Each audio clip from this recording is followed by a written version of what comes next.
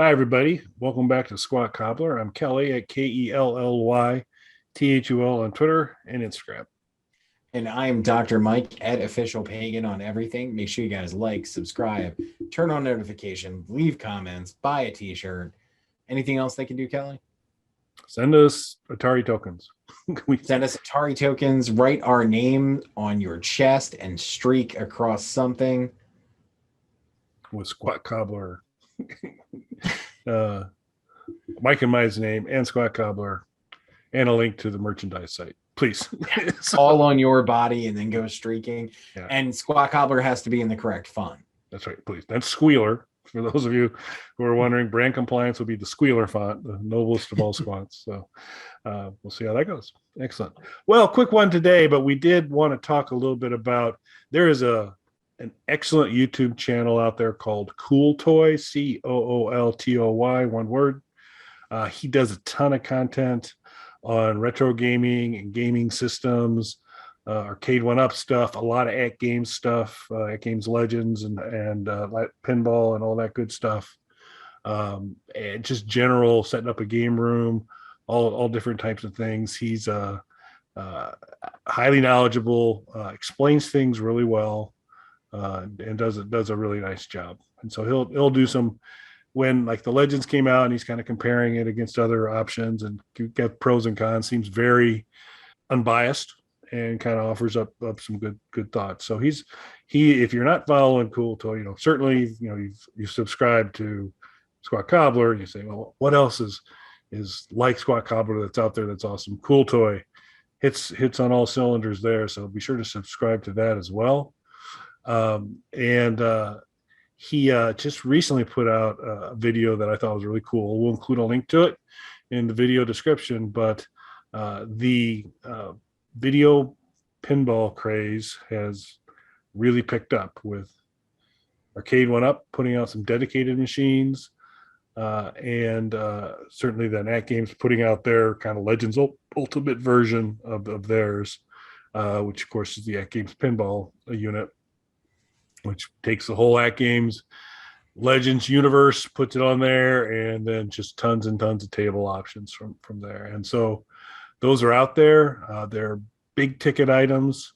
The Legends is probably the biggest in terms of size, and price too, I think. But they've been pretty cool and they've been pretty popular.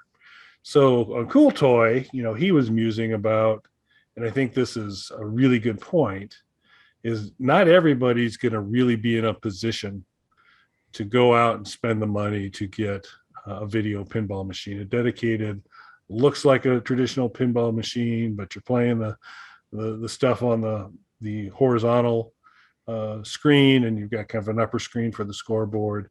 And that's, some folks may not have the room. Some people might have the means to go ahead and pull the trigger on something like that. And so he's and it's not as if these haven't existed in some form or another, but he was saying really the next level, or the next thing, is for both AtGames and Arcade One Up to come up with, much like you have a stand-up arcade system, you can get a countertop or bar top arcade version of a lot of the games too.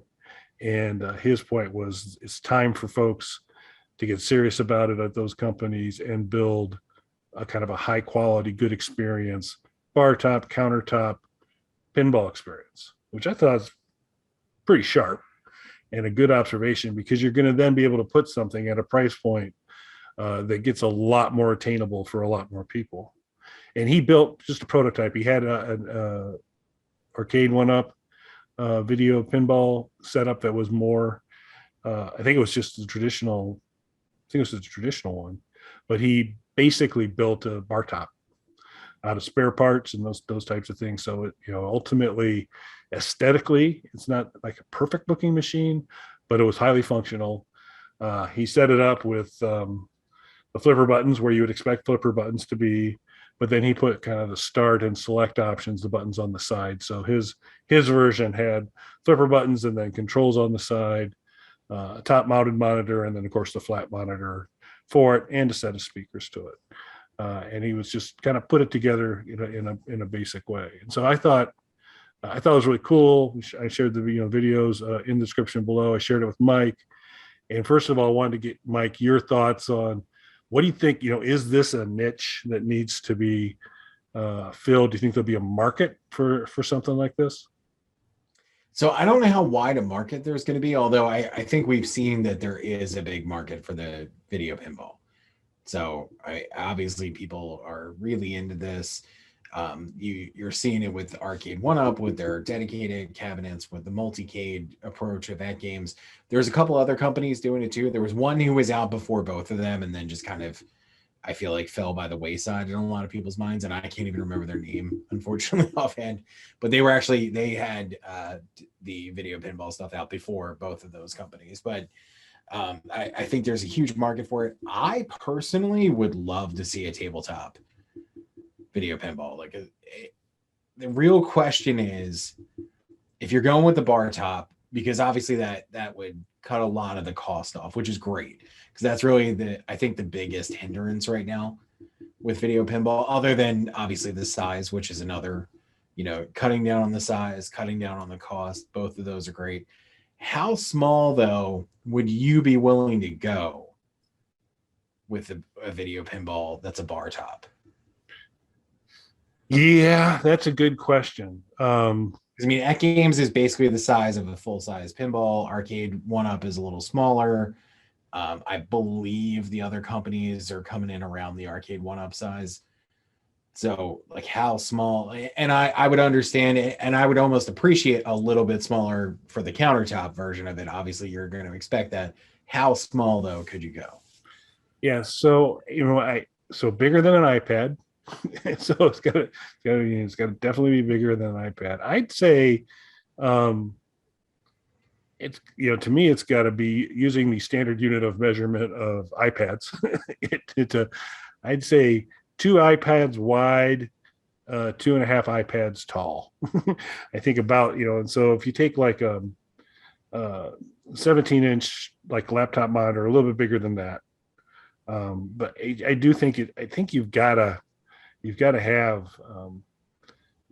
a certain amount of length to that thing for it to be, because you can get apps and play pinball on your iPad, so I just think it needs to be bigger than that. So I don't know. I'm not really great at kind of calling out what those distances would be, but I don't know. I'd say 18 inches to 2 feet. I mean, 18 inches wide for a bar top, and then 24 to 26 long for the length. But it's got I'm just trying to figure out what else I could do to describe its size to give it a corollary. But I'm going to stick with my two iPads wide, 2.5 tall is about where I'd want to be. How about you? You see that, and that's the thing. Like I want it to be as big as it can possibly be, but then at some point, is it not really just a countertop anymore? Are you defeating that purpose of the form and function? That goes back to the Commodore 64 Mini and some of the complaints that people had with that as far as it not being a working keyboard.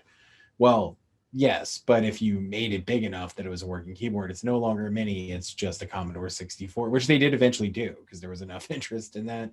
But the whole Mini form factor discounts certain other things. So that's where I don't know what the correct intersection of that is, where it's the right size versus, and I do think there is something that could already be this to a certain degree with the Infinity Games table. But I think that that's still priced out of that possible market. Yeah. Because I would think, you'd want your screen size for a bar top slightly smaller than the Infinity game table. But then you get into some things, and I don't know why this is, but if I had basically a box that kind of looked like the pinball cabinet bottom part that held a monitor that was on a kind of what I expect to be a pinball slant on there, and then the scoring mechanism is actually like a flat screen, there's something about it that totally kind of ruins that for me as a pinball experience. Is like if there's like no depth to that top box, that holds that. It just, to me, doesn't read pinball as much anymore. It reads, I'm playing on a couple monitors, and that may just be me. But there is something about that pinball aesthetic and look, which includes that top cabinet has some depth to it. So if you're going to actually try and simulate, hey, this looks pretty much like a pinball machine, you eat up more space that way because you got to allow room for that to go in. So it could get a little tight. I do, I do think it's really interesting because I do think it would be, if you can get the price right, it would open the door to a lot of other folks. I thought what might be a cool addition, he did, he had, when he put it out there, he's like, yeah, I just want to do this, throw it out to the community, get other ideas and all that. And so kind of took him up on that. I said, yeah, this would be a good one for Mike and I to talk about.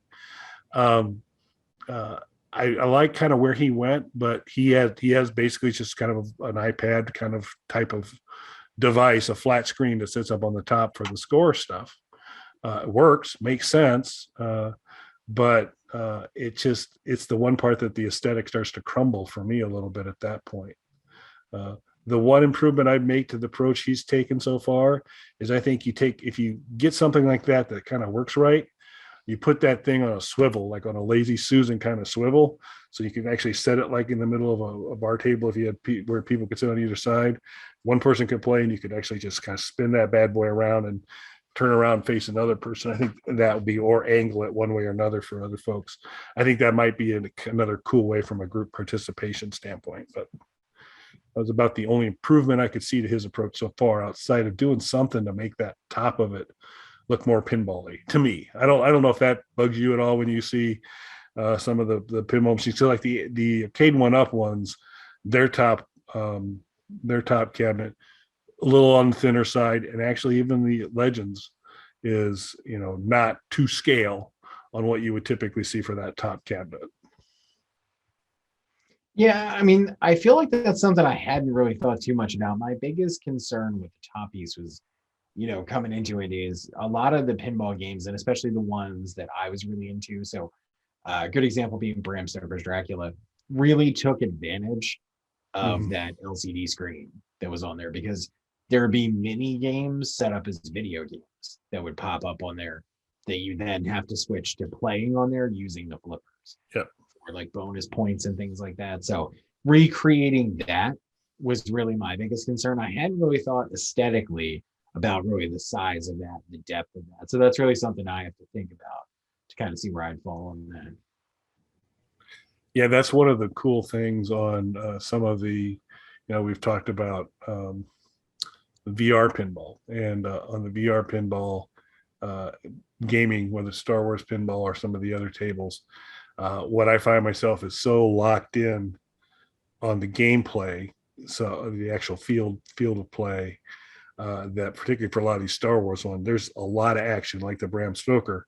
There's a lot of action going up on that top part eventually in a mini game format, and you've got to pay attention to it. And because it's VR, I got to kick my head up and go, oh crap, I need to look at that too. But yeah, that's nice when they kind of take advantage. There's been so many kind of clever pinball ideas between kind of using that as part of the gameplay, or the ones that have the kind of drop field where there's your ball drops down into something that often is displayed with a mirror, but you're actually another little play field that's below the main play field surface for bonus stuff. That kind of stuff has always been really cool. I like systems like that, pinball machines like that. Yeah, I would just want to make sure that it takes advantage of all that kind of stuff. Yep. And another one I'm curious to see, because I haven't really played it on one of the video pinball setups. I would love to see how Addams Family works on that. That's I believe still has the record as the best-selling actual pinball machine, like physical pinball machine of all time, and deservedly so. It's not my personal all-time favorite, but it's up there. And it did a lot of cool things, for anybody who hasn't played it, with magnets and the ball. Yeah, that would be pretty interesting to see how that gets executed on multiple platforms. But yeah, but kind of back to the show topic, I think there could be a market, because if you can create a good enough form factor, a large enough form factor at a low enough price, which I got to think if you're looking at a tabletop, you're between $200 and $300 to kind of entice somebody to go that way. I think people would get it. I said sometimes it might be due to space, but the big challenge is the bigger it gets. At some point, you say, "Whoa! I just took a pinball machine and cut its legs off, and threw it on this table." Yeah, that's like, where I think you need to find where that sweet spot with the form factor is. That's sort of like the new arcade one-up tabletops that are coming out, the bar top arcade cabinets that are coming out. Those are creeping closer to $200 now in price, but they're larger. They have some better titles, some more games packed into each one, light up marquees, USB ports for extra controllers and things like that. So as you add more and more to it, once you start crossing that 200 and getting towards the $300 line, why aren't you just buying an arcade one-up cabinet at that point? So that's really, I think, finding that middle ground there is going to be the tough spot. Yeah, I think you're right. So I'd love to hear from you folks. If one, would you be interested in something like this?